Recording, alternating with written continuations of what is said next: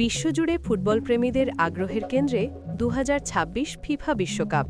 এই আসরটি হতে চলেছে ফুটবল ইতিহাসের সবচেয়ে বড় মহাযজ্ঞ। প্রথমবারের মতো এই টুর্নামেন্টে অংশ নিচ্ছে 48টি দল, যেখানে মোট ম্যাচের সংখ্যা হবে 104টি। এই বিশ্বকাপ যৌথভাবে আয়োজন করবে যুক্তরাষ্ট্র, কানাডা ও মেক্সিকো।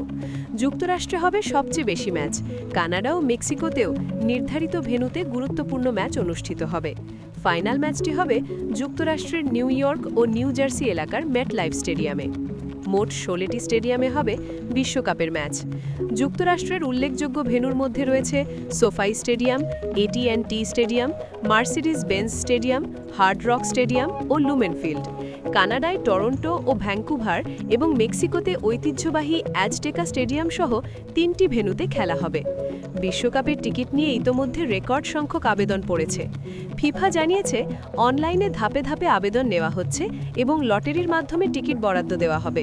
এজন্য ফিফার অফিসিয়াল ওয়েবসাইট ও অ্যাপ ব্যবহার করতে হবে। টিকিটের দাম নিয়েও আলোচনা রয়েছে। গ্রুপ পর্বের তুলনায় নকআউট পর্ব ও ফাইনালের টিকিটের দাম বেশি হতে পারে। বিশেষ করে ফাইনাল ম্যাচের টিকিট সবচেয়ে বেশি দামের হবে বলে ধারণা করা হচ্ছে। ফিফা অননুমোদিত ওয়েবসাইট থেকে টিকিট না কেনার জন্য সতর্ক করেছে। 2026 বিশ্বকাপ শুরু হবে 11 জুন 2026 সালে এবং টুর্নামেন্ট চলবে 1 মাসেরও বেশি সময়। সব মিলিয়ে আয়োজন, ভেন্যু ও টিকিট ব্যবস্থাপনার দিক থেকে এটি হতে যাচ্ছে একটি ঐতিহাসিক বিশ্বকাপ।